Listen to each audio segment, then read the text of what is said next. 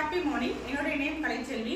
என்னுடைய doctor name வந்து சிவசங்கரி. அவங்க வந்து ஆச்சாரிய பாலசிஷா மந்திரில் 8th B படிக்கிறாங்க. இன்னைக்கு வந்து கிளாஸ் ரூம் அப்சர்வேஷனுக்காக எனக்கு கூப்பிட்டுருந்தாங்க.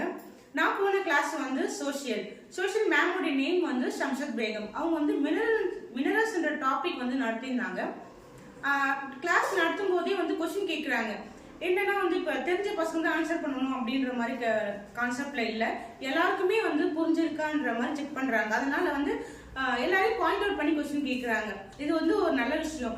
அது வந்து எப்படி கேட்குறாங்கன்னா, ஒரு 5 கிங்டமா பிரிச்சிருக்காங்க. இந்த கிங்டம்ல வந்து பசங்க வந்து ஹேண்ட் பண்றாங்க. அப்போ வந்து எந்த கிங்டம் வந்து மார்க் அதிகமாக எடுக்கணுன்ற மாதிரி பசங்களுக்குள்ள ஒரு போட்டி இருக்கிறதுனால எல்லாருமே வந்து ஆன்சர் பண்றாங்க. நான் தான் வந்து நல்ல மார்க் எடுக்கணும், என்னோட கிங்டம் வந்து ஃபர்ஸ்ட் வரணும் அப்படின்ற மாதிரி ஒரு போட்டியில அவங்க வந்து ஆன்சர் பண்றாங்க. எல்லாரும் இந்த கொஸ்டின் கேட்கறதுனால வந்து பசங்களுக்கு எந்த அளவுக்கு புரியுதுன்றத வந்து மேம் வந்து அப்சர்வ் பண்றாங்க. புரியலன்னா நெக்ஸ்ட் வந்து ஒன்று புரியலையான்ட்டு மேம் வந்து நெக்ஸ்ட் வந்து அவங்களுக்கு வந்து சொல்லி கொடுக்குறாங்க. இது வந்து ஒரு நல்ல விஷயம். இப்போ வந்து மற்ற ஸ்கூலை கம்பேர் பண்றப்ப வந்து நடத்திட்டு யாராவது கொஞ்சம் பசங்க வந்து ஆன்சர் பண்ணாங்கன்னா விட்டுடுவாங்க, ஓகே எல்லாரும் புரிஞ்சிச்சு அப்படின்ற மாதிரி அவங்க அடுத்த செக்ஷன் போதான் பார்ப்பாங்க.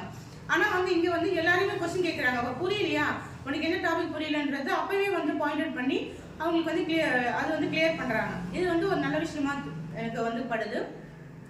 இன்னைக்கு வந்து எனக்கு வந்து இந்த ஸ்கூல்ல பிடிச்ச இந்த ஒரு விஷயம் தான். ஏன்னா வந்து பசங்க வந்து எந்த லெவலில் இருக்காங்க, அவங்களுக்கு என்ன மாதிரி வந்து கோச்சிங் கொடுக்கணும், எப்படி கொடுத்தா அவங்க வந்து பிக்கப் ஆவாங்கன்றத வந்து ஆச்சாரிய பாலசிஷா மந்திரில் வந்து நல்லா கொண்டுட்டு போகிறாங்க. எனக்கு வந்து ரொம்ப பிடிச்சிருந்தது. தேங்க்யூ.